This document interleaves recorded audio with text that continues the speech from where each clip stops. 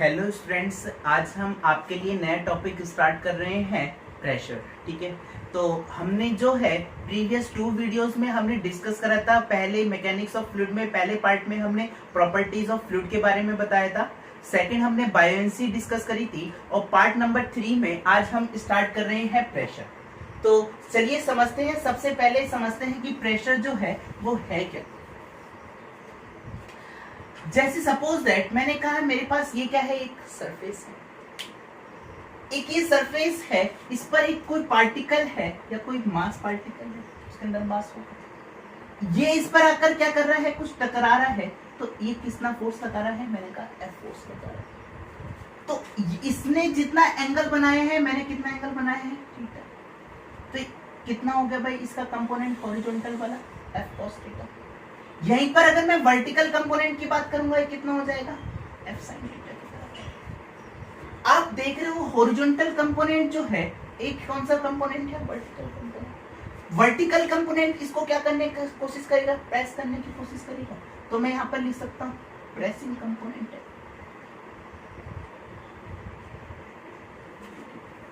वहीं पर अगर मैं ये वाला कंपोनेंट जो है, हॉरिजॉन्टल जो कंपोनेंट है, जिसे हम कौन सा कंपोनेंट बोल रहे हैं, शियर कंपोनेंट, जो क्या प्रोवाइड कराएगा इसको, मोशन। प्रेसिंग कंपोनेंट क्या देगा इसको भाई, प्रेशर। यानी कि आपने कितना नॉर्मल फोर्स अप्लाई करा और कितने यूनिट एरिया पर करा, वही क्या हो जाएगा, आपका प्रेशर के बराबर हो जाएगा। मतलब यूनिट एरिया पर जो परपेंडिकुलर फोर्स लग रहा है, वो क्या देगा हमें, प्रेशर का। तो यहां से अगर मैं बात करता हूं, परपेंडिकुलर फोर्स कौन सा है आपका, F sine theta upon area. यहीं पर अगर मैं बात करता हूं, प्रेशर जो है, प्रेशर जो है वो नेचर में कैसा होता है, कैसा है भाई, कंप्रेसिव। ठीक है। सेकंड अगर मैं बात करता हूं प्रेशर की यूनिट की, यूनिट क्या हो जाएगी इसकी, न्यूटन फोर्स की, और ये क्या हो जाएगा, मीटर स्क्वायर, या हम इसको क्या बोल सकते हैं, pascal.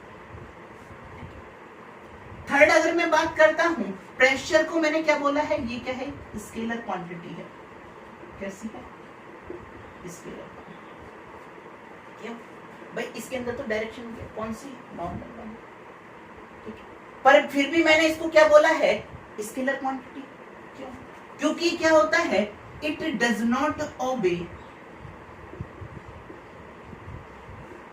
The triangle law of vector addition.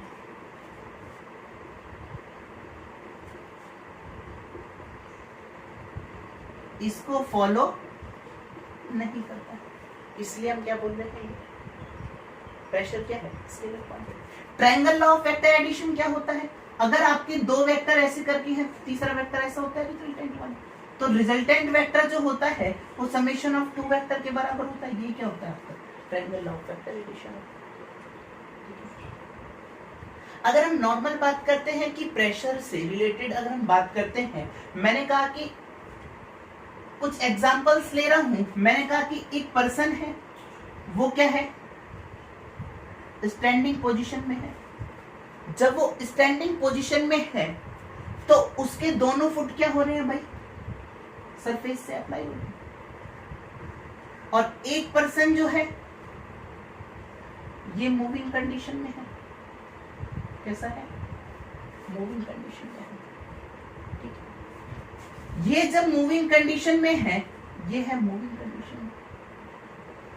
तो आप देख रहे हो मूविंग कंडीशन में इसका एक ही पैर अप्लाई हो रहा है, फोर्स जो अप्लाई कर रहा है, और यहाँ पर क्या है, इसके दोनों फुट जो है वो क्या कर रहे हैं, फोर्स अप्लाई कर रहे हैं या प्रेशर अप्लाई कर रहे हैं, किस पर, सरफेस पर। तो मैं कह सकता हूं यहाँ से प्रेशर बराबर क्या होता है, फोर्स अपॉन एरिया।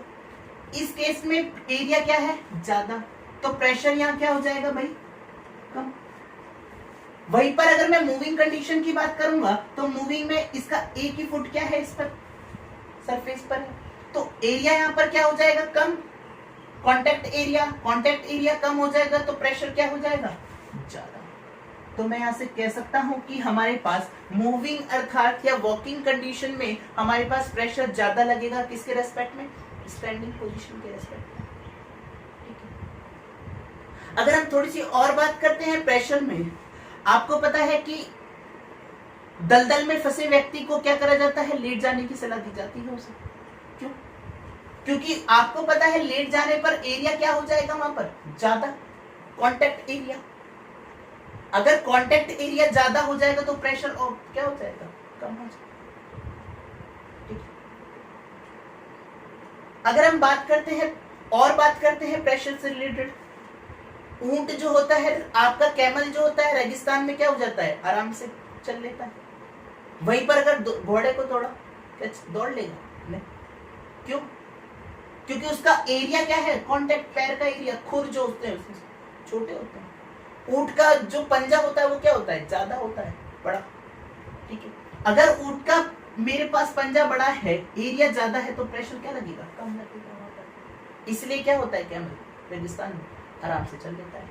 ठीक है, आगे बात करते हैं हम कुछ टाइप्स ऑफ प्रेशर की। किसकी बात करते हैं,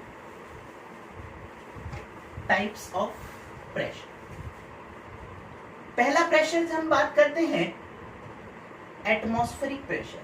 कौन सा, वायुमंडलीय दाब।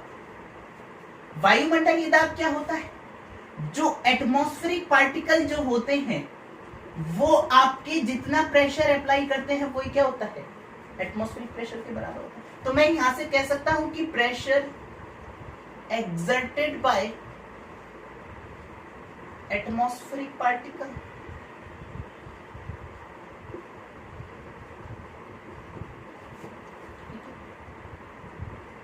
आपको पता है एक एटीएम जो होता है, एक एटमॉस्फेरिक प्रेशर जो होता है, अगर हम सी लेवल पर बात करते हैं, किस पर, सी लेवल पर, समुद्र के लेवल पर बात करते हैं, तो 1 एटीएम बराबर होता है आपका 1.013।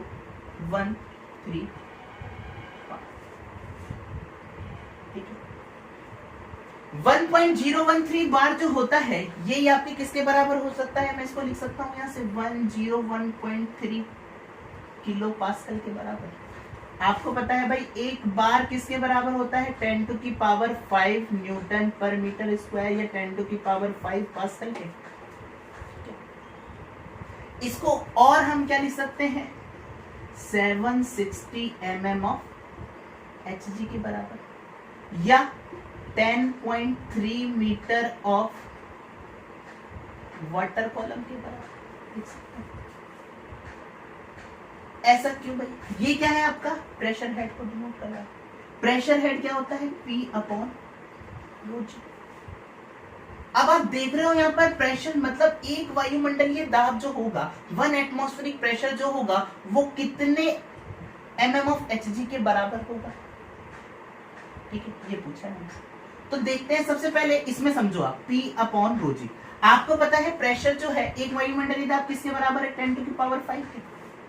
रो किसके बराबर है, डेंसिटी ऑफ वाटर 10⁵3। जी कितना है आपका 9.81।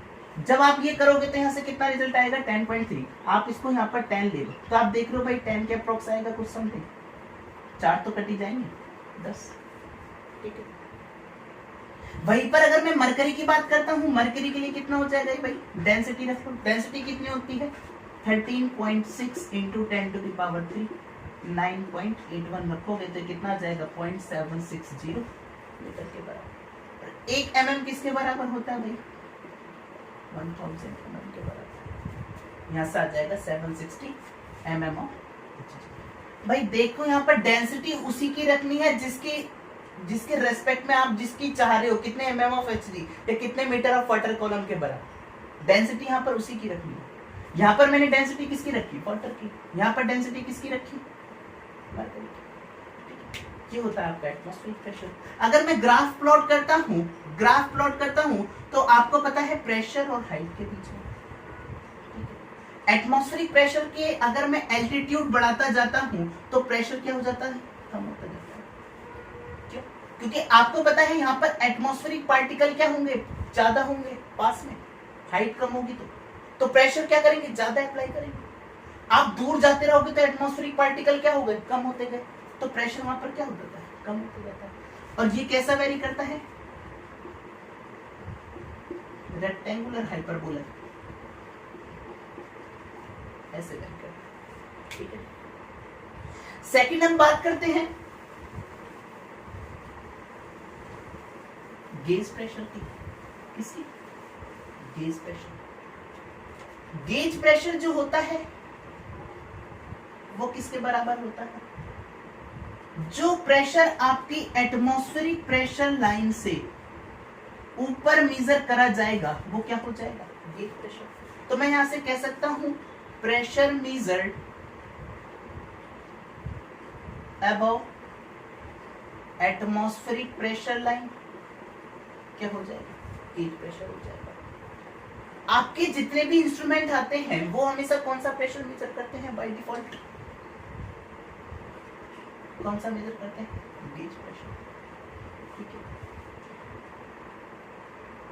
गेज प्रेशर जो होता है वो बराबर कितना होता है, रो जी। अभी दिखाते हैं। अगर हम बात करते हैं गेज प्रेशर, अगर आप एटमॉस्फेरिक प्रेशर लाइन से ऊपर मेजर कर रहे हो तो ये क्या होगा, पॉजिटिव। नीचे मेजर करोगे तो कैसा होगा, नेगेटिव। इसी पर मेजर करोगे तो जीरो। तो gauge pressure can be negative, positive and zero, ठीक है। थर्ड अगर मैं बात करता हूं, थर्ड मैंने कहा एब्सोल्यूट प्रेशर।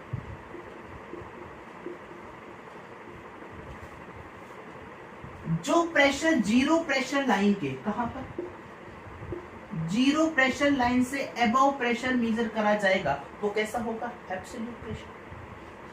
तो आप देख रहे हो एब्सोल्यूट प्रेशर को क्या करोगे, आप क्या लिख सकते हो, measure above zero pressure line, ठीक है। तो यहां से मैं लिख सकता हूं P एब्सोल्यूट बराबर लिख सकता हूं, ये कितना हो गया भाई, एटमॉस्फेरिक प्रेशर के बराबर। और इससे ऊपर मेजर करोगे कौन सा, गेज प्रेशर। तो यानी कि हमारे पास ये रिजल्ट निकल कर आया P एब्सोल्यूट बराबर P ATM प्लस का P गेज प्रेशर, ठीक है। वहीं पर अगर मैं बात करता हूं एटमॉस्फेरिक प्रेशर, गेज प्रेशर और ये हमारे पास एब्सोल्यूट प्रेशर जो होते हैं वो किसके थ्रू मेजर करे जाते हैं। एक हो गया आपके पास absolute pressure that is equal to P ATM plus का P गेज प्रेशर, ठीक है। एब्सोल्यूट प्रेशर जो मेजर करा जाता है उसका नाम है एनीरॉइडमीटर। इस इंस्ट्रूमेंट के थ्रू डायरेक्ट पूछा जाता है एब्सोल्यूट प्रेशर किस डिवाइस के थ्रू मेजर करा जाता है। एटमॉस्फेरिक प्रेशर जो है वो किसके थ्रू मेजर करा जाता है, बैरोमीटर के द्वारा। गेज प्रेशर किसके द्वारा यूज करा जाता है मेजर, मैनोमीटर के द्वारा। कुछ मैनोमीटर डिवाइस होती है, कौन सी, कुछ ग्लास ट्यूब होती है, उनमें हम मरकरी भर देते हैं, उसके थ्रू मेजर करते हैं। अगर हम बात करते हैं बैरोमीटर की, बैरोमीटर की कुछ रीडिंग होती है हमारे पास।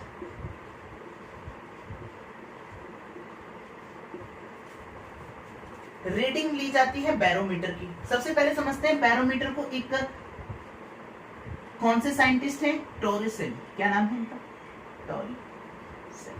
साइंटिस्ट ने क्या करा था, बैरोमीटर की खोज करी थी। इसीलिए इन्होंने कहा कि हमारे पास 1 टॉर जो होता है वो क्या होता है, 1 mm of Hg के बराबर होता है, ठीक है।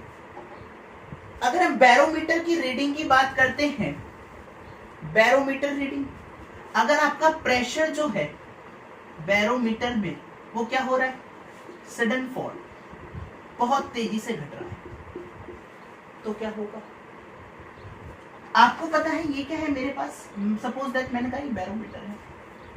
अगर इसमें मेरे पास क्या है कि प्रेशर क्या हो रहा है, कम हो रहा है, तो क्या होगा, प्रेशर कम होगा तो क्या होगा, बाहर से हवाएं आएंगी बहुत तेजी से इसको बैलेंस करने के लिए। तो मैं कह सकता हूं जब बहुत तेजी से हवाएं आएंगी, क्या आएंगी, आंधी। तो मैं कह सकता हूं आंधी तूफान आएंगे, आंधी। जब बैरोमीटर की रीडिंग क्या होगी, बहुत तेजी से फॉल होगी। वहीं पर मैं कह रहा हूं कि स्लोली फॉल हो रही है, धीरे धीरे करके फॉल हो रही है, तो क्या होगा, रेन, वर्षा। क्यों? क्योंकि आपको पता है कि अगर आप देखते होगे और आप नॉर्मली, तो जब आपकी आंधी आती है तो वर्षा नहीं होती है भाई, है ना? तो क्यों ऐसा क्यों होता है? क्योंकि आपको पता है कंडेंसेशन और इवेपोरेशन एक नाम का टर्म होता है, ये इसको क्या कर लेता है? बैलेंस कर लेता है प्रेशर को, ठीक। वहीं पर अगर मैं बात करता हूं कि मेरे पास स्लोली फॉल ना होकर एक हो रही है स्लोली इंक्रीज कर रही है, कैसे कर रही है? धीरे धीरे बढ़ रही है। अगर वो धीरे धीरे बढ़ रही है तो हमारे पास वेदर कैसा होगा? मौसम कैसा रहेगा? क्लीन रहेगा, साफ मौसम। आगे स्टार्ट करते हैं हम फोर्थ पॉइंट, वेपर प्रेशर। ठीक है, जो हमारे पास प्रेशर आपको पता है, ये हमने क्या करा था? Atmospheric pressure. जो प्रेशर एटमॉस्फेरिक प्रेशर से बिलो मेजर करा जाएगा वो कैसा हो जाएगा? वेपर प्रेशर के बराबर। तो मैं कह सकता हूं वेपर प्रेशर क्या होता है?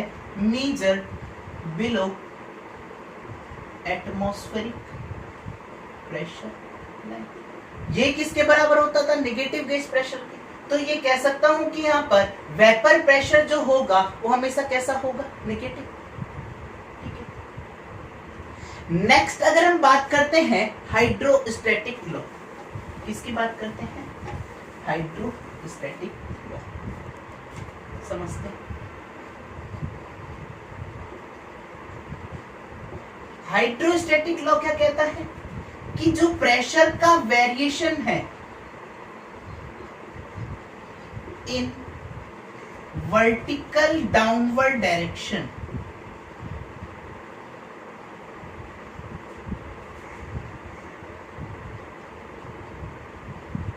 इज इक्वल टू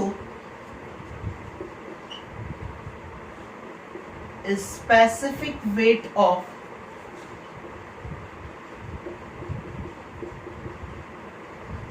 लिक्विड के बराबर है। मतलब कहने का मतलब क्या है? मेरे पास ये क्या है? स्टेशनरी। हाइड्रो का मतलब क्या होता है? वाटर। स्टैटिक का मतलब रेस्ट में। मेरे पास यहाँ पर रेस्ट में फ्लूइड है, मुझे क्या करना है? इसका प्रेशर मेजर करना है कुछ नीचे जाके। ठीक है, इसका मैंने फ्लूइड एलिमेंट मैंने ले लिया, कुछ छोटा सा एलिमेंट है। आप इस पर अगर हम net force second law of Newton लगाते हैं, एफ नेट बराबर क्या होता है? M into t. जब यहाँ पर वेलोसिटी नहीं है तो ये कितना हो जाएगा? 0। यहाँ पर जो प्रेशर अप्लाई होगा वो कितना होगा? मैंने कहा कुछ P into T, pressure force. यहाँ से जो नीचे से प्रेशर अप्लाई होगा वो कुछ ज्यादा होगा भाई P से, मैंने कहा dP इंटू डी के बराबर। एक इसका वेट होगा जो कहाँ लगेगा? डाउनवर्ड डायरेक्शन में, मैंने कहा एक स्मॉल एलिमेंट का dm इंटू जी। तो यहाँ पर मैं अब देख रहा हूं कि ऊपर वाले डायरेक्शन को क्या ले रहा हूं? प्लस, और डाउनवर्ड डायरेक्शन को क्या ले रहा हूं? नेगेटिव। तो यहाँ से P plus dP into D. ठीक है, ये किसके बराबर आ जाएगा? माइनस का P dA माइनस के dm इंटू जी। एक्सेलरेशन 0 है, यहाँ पर रेस्ट में फ्लूइड है तो एक्सेलरेशन क्या हो जाएगा? 0। तो यहाँ से अगर मैं इसको ओपन करता हूँ, P dA प्लस का dP dA माइनस का P dA माइनस का dm into g, that is equal to 0। P dA से P dA कट गया, dP इंटू dA बराबर क्या आ गया आपका? dm इंटू जी। मास बराबर क्या होता है? Density into volume. यहाँ पर वॉल्यूम क्या लेंगे? dA into dH। डेंसिटी तो कांस्टेंट रहेगी भाई, कहीं से भी छोटा सा एलिमेंट उठा लो, डेंसिटी क्या रहेगी? कांस्टेंट। तो यहाँ से हमारे पास क्या निकल कर आया? dP into dA, density into volume, area into height. Area dA से dA कैंसिल हो गया, तो यहाँ से dP अपॉन dH जो है वो किसके बराबर आ गया भाई? रो जी। और रो जी को हम क्या बोलते हैं? Specific weight. स्पेसिफिक वेट क्या होता है? वेट पर यूनिट वॉल्यूम जो होता है वो क्या होता है आपका? स्पेसिफिक वेट के बराबर होता। मास अपॉन वॉल्यूम किसके बराबर हो जाएगा? डेंसिटी के बराबर। ये होता है हमारे पास हाइड्रोस्टैटिक लॉ। वहीं पर अगर हम आगे देखते हैं, यहां से हमारे पास क्या रिजल्ट निकल कर आया? dp upon dh that is equal to rho into g. या मैं इसको ऐसे करके लिख सकता हूं dp बराबर रो इंटू जी। इंटीग्रेशन कर रहा हूं दोनों साइड। यहां पर जहां पर प्रेशर 0 था वहां पर हमने क्या माना था? Absolute pressure. कुछ हाइट तक गए, मैंने कहा एटमॉस्फेरिक प्रेशर लाइन तक गए। कितनी हाइट थी? h1 से लेकर h2 तक। तो ये कितना आ जाएगा अगर मैं इंटीग्रेट करूंगा इसको? तो P ATM माइनस का P absolute that is equal to rho g H2 minus का H1। यहां से मैं ऐसे करके लिख सकता हूं P ATM माइनस का रो जी। ये कितना हो जाएगा? H2 minus H1 that is equal to P absolute के बराबर। या मैं यहाँ पर H2 माइनस H1 की जगह यहाँ पर लिख रहा हूं H1 माइनस H2। और रो जी एच किसके बराबर होता था? Rho g delta h, gauge pressure. तो यहाँ से P ATM प्लस का P gauge that is equal to P absolute के बराबर। ये रिजल्ट आ गया हमारे पास। कुछ हम बात करते हैं हाइड्रोस्टैटिक पैराडॉक्स के बारे में, बताते हैं कि डिफरेंट डिफरेंट कॉलम हो तो हमारे पास प्रेशर का जो वेरिएशन होगा वो कैसा होगा। ठीक है, सपोज दैट मैंने कहा हाइड्रोस्टैटिक पैराडॉक्स। वहीं पर अगर मैं बात करता हूं, मैंने कहा मेरे पास 3 कॉलम है या कुछ ऐसे करके हैं।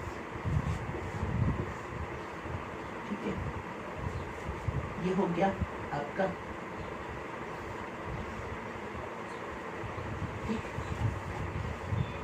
इसमें सेम फ्लूइड भरा हुआ है, सेम फ्लूइड है, मैंने कहा कुछ सेम हाइट तक भरा हुआ है।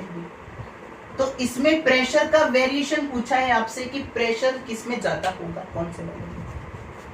आपको पता है P बराबर क्या लिखा था हमने? रो जी एच। जो भी डिफॉल्ट प्रेशर मेजर करोगे कौन सा मेजर करोगे? Gauge pressure. तो यहाँ से H क्या है? तीनों के लिए कांस्टेंट है। डेंसिटी भी क्या है? तीनों के लिए कांस्टेंट है। तो तीनों के लिए कांस्टेंट है। यहाँ पर तो मैं कह सकता हूँ अगर ये P है, ये PB है, ये PC है, तो तीनों का प्रेशर क्या होगा भाई? बराबर होगा। वहीं पर अगर मैं तीनों को अलग अलग कॉलम में, मैंने कहा कि ये क्या है? सेम हाइट है और डिफरेंट डिफरेंट फ्लूइड ले रहा हूँ। क्या ले रहा हूँ? डिफरेंट डिफरेंट फ्लूइड ले रहा हूं। पहले मैंने कहा पहले वाले कॉलम में मेरे पास है मरकरी, दूसरे वाले कंटेनर में मैंने कहा ये है सी वाटर आपका, तीसरे वाले में है आपका वाटर। तो ये पूछा है कि किसकी हमारे पास प्रेशर जो होगा वो किसका ज्यादा होगा। हाइट तीनों की यहाँ पर क्या है? सेम। तो डेंसिटी जिसकी ज्यादा होगी उसका प्रेशर ज्यादा होगा। मरकरी की डेंसिटी ज्यादा, सी वाटर की भी डेंसिटी ज्यादा होती है। किससे? वाटर से, प्योर वाटर से। ठीक है, नेक्स्ट बात करते हैं हम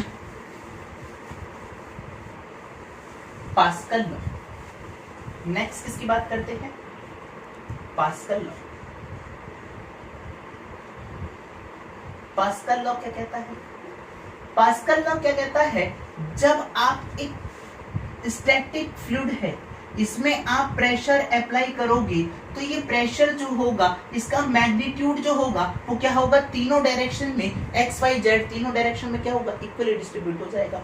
मतलब if you applied pressure on rest fluid then it will distributed in all direction with same magnitude।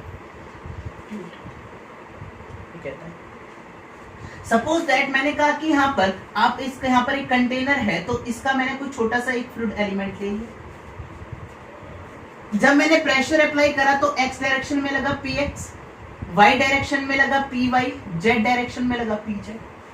तो ये कह रहा है कि तीनों डायरेक्शन में जो प्रेशर होगा वो क्या होगा, समान।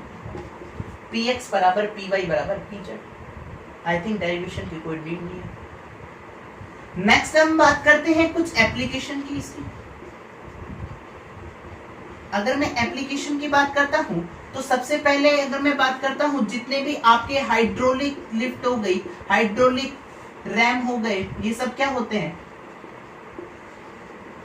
पास्कल लॉ पर वर्क करते हैं। आपके हाइड्रोलिक्स ब्रेक हो गए, ठीक है, हाइड्रोलिक प्रेस हो गया, क्या सब पास्कल लॉ पर वर्क करते हैं। वहीं पर अगर मैं बात करता हूं, मैंने कहा कि ये मेरे पास हाइड्रोलिक रैम है, कुछ इस टाइप की डिवाइस है। आप यहां पर कुछ प्रेशर अप्लाई करोगे और वेट यहां पर कुछ डाउनवर्ड डायरेक्शन में लग रहा है, मैंने कहा mg लग रहा है, ठीक है। यहां पर आप प्रेशर अप्लाई करोगे तो आपने क्या करा, दूसरी डायरेक्शन में क्या होना चाहिए, सेम होना चाहिए प्रेशर। तो मैं कह सकता हूं यहां से P1 at one column that is equal to P2 at second column। तो यहां से अगर मैं बात करता हूं प्रेशर क्या होता है, फोर्स अपॉन एरिया। फोर्स कितना लग रहा है, मैंने कहा यहां पर F1 लग रहा है, एरिया है A1, F2 upon A2। Force जो मैंने अप्लाई करा है, मैं कह रहा हूं यहां पर मैंने 2 न्यूटन का फोर्स अप्लाई करा है। कितने न्यूटन का, 2 न्यूटन। इसका एरिया है 1 मीटर स्क्वायर। यहां पर जो है इसका एरिया क्या है भाई, ज्यादा है, मैंने कह दिया इसका एरिया है यहां पर आपका 100 मीटर स्क्वायर। कितना है, 100 मीटर स्क्वायर। तो यहां से कितना फोर्स लगेगा वो बताना। यहां पर फोर्स कितना है, 2, ये 1, F2 आपको निकालना है, ये कितना है 100, यानी कि F2 कितना निकल कर आया, 200 मीटर। देख पा रहे, आपने लगाया कितना था, 2 न्यूटन का, लगा कितना लिफ्ट उठाने के लिए, 200 न्यूटन। इसी को हम बोलते हैं, एक साइंस की इंजीनियरिंग की लैंग्वेज में बोलते हैं मैकेनिकल एडवांटेज। क्या बोलते हैं, मैकेनिकल एडवांटेज। मैकेनिकल एडवांटेज जो होता है वो किसके बराबर होता है, ये होता है आपका, आपने कितना लोड लिफ्ट करा और कितना आपने लोड अप्लाई करा। यहां पर भाई लोड कितना अप्लाई करा था, 2, लिफ्ट कितने से करा, 200। तो मैकेनिकल एडवांटेज कितना आ गया, 100। तो मैं कह सकता हूं मैकेनिकल एडवांटेज जो होगा वो हमेशा कितना आएगा, ग्रेटर देन 1 आएगा। तो ये हो गया हमारे पास पास्कल लॉ, ठीक है।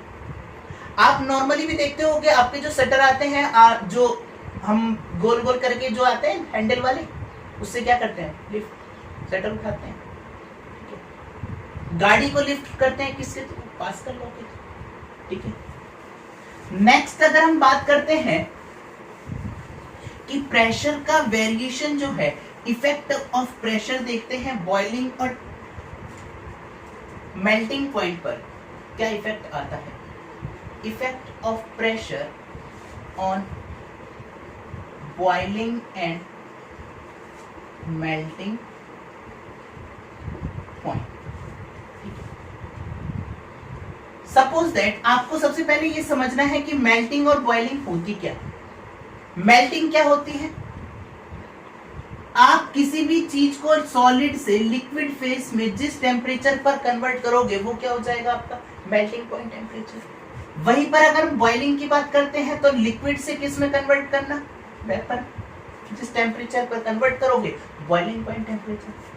अगर हम बात करते हैं प्रेशर अप्लाई ज्यादा करने पर मेल्टिंग पॉइंट पर क्या इफेक्ट होगा, देखिए सपोज दैट मैंने कहा है ये है मेरे पास घी, क्या है घी, सॉलिड जमा हुआ घी, मैं इस पर प्रेशर अप्लाई कर रहा हूं, क्या कर रहा हूं, प्रेशर अप्लाई कर रहा हूं। जब मैं इस पर प्रेशर अप्लाई करूंगा तो इसके मॉलिक्यूल्स और पास पास हो जाएगा।